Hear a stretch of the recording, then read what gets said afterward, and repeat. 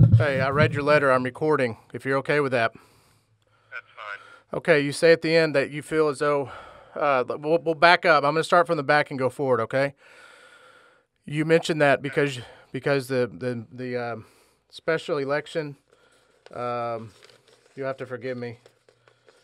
The advice, the governor acted on advice, and you don't think it's necessary to do the election. I think a lot of people have questioned it as well. You shouldn't be asked to pay for the election. Given the fact that the governor asked you to pay for the election based on the $84,000 used to settle the case, you're taking a pretty hard stand on this. Are you upset? Are you angry about what's happened in the past few weeks? Because you've been very quiet. I've been following advice from a lot of people that say just lay low and this will go away. My story isn't getting out, and I'm actually thankful the governor gave me the opportunity to write this letter and set the record straight. You sent the letter to the governor today? Yes. And has he responded? He mailed his letter to me. I have yet to receive it. I'm sure when he gets the mail or sees it in the media, he'll choose to respond or not to respond. He sent his original letter to an office in Washington I hadn't been in over 2 years, and of course he knows I resigned, so there's a lot of hoops to jump through to get any mail from Washington to me, even if they do it anyway. I haven't gotten a single piece of mail that's been sent to my official office since I resigned. They're all handling it there.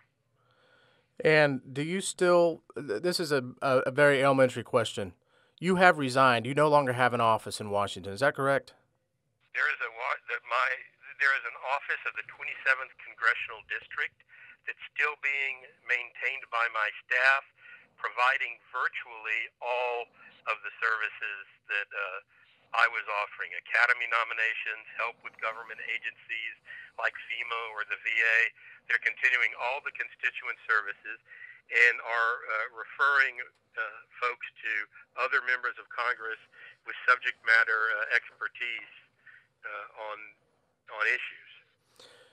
You mentioned that his assertion that the taxpayer funds used were wrongfully used is incorrect. You have explained this before. I believe we have reported it, that this is not an option that was offered you. Was it not in the beginning? In fact, I offered to settle it myself and was told by the attorneys that it would be illegal and unethical for me to settle it myself. Which means that you had to follow the process as established by the law. Right. The Congressional Accountability Act, which was passed in 1995, set up this fund as the exclusive method of settling employment issues within the House. The House lawyers negotiate something. It goes to the chairman and ranking member of the House Committee on Administration. That's a Republican and a Democrat. And then the executive director of the Office of Compliance, all of whom approve and sign off on it. This is not a secret fund. This has been in the law for 20 years. And instead of reporting the facts, some pundits are really trying to make an issue out of it. Why are you doing this? The governor asked me for a response. I'm responding to it. And I'm happy to have the opportunity to get my side of the story out. Hopefully some folks will print it and read it, and I hope in your story you link to the full text of the letter so folks can read it. The $84,000 has always been a question. I know that CNN has done several follows, or Politico have done some follows on the fact that the money is not paid back. The reporting has been rooted in what seems to be a misunderstanding of how that is done. You have told me it's not as easy as walking a check over to the Congress and giving them $84,000. Is that correct? In fact, I've been advised by my attorneys not to pay it back. Why? I really don't I'll go off the record and tell you there are laws in Congress that are pending. I'm recording again. So there's no, right now, there is not a simple answer to why that money hasn't been paid back. In fact, it's harder than it seems, correct? There are a lot of issues involved. Okay.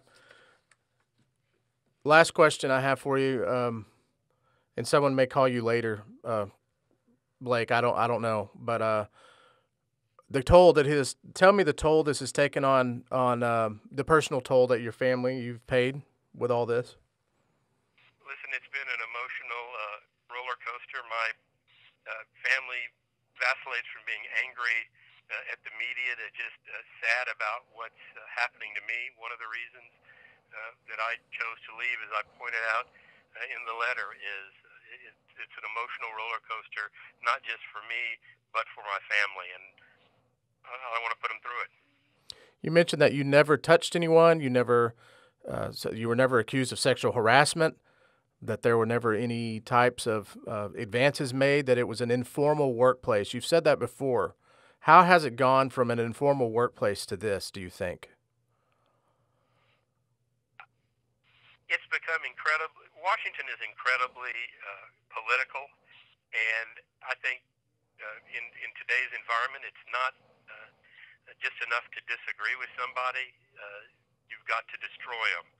And I'll be real honest with you, I feel sorry for the folks who are going to continue to do this job, because it's getting worse and worse. Collegiality is going out the window. Instead of trying to figure out what's best for America and the American people, it's all about destroying the enemy and dancing on their grave.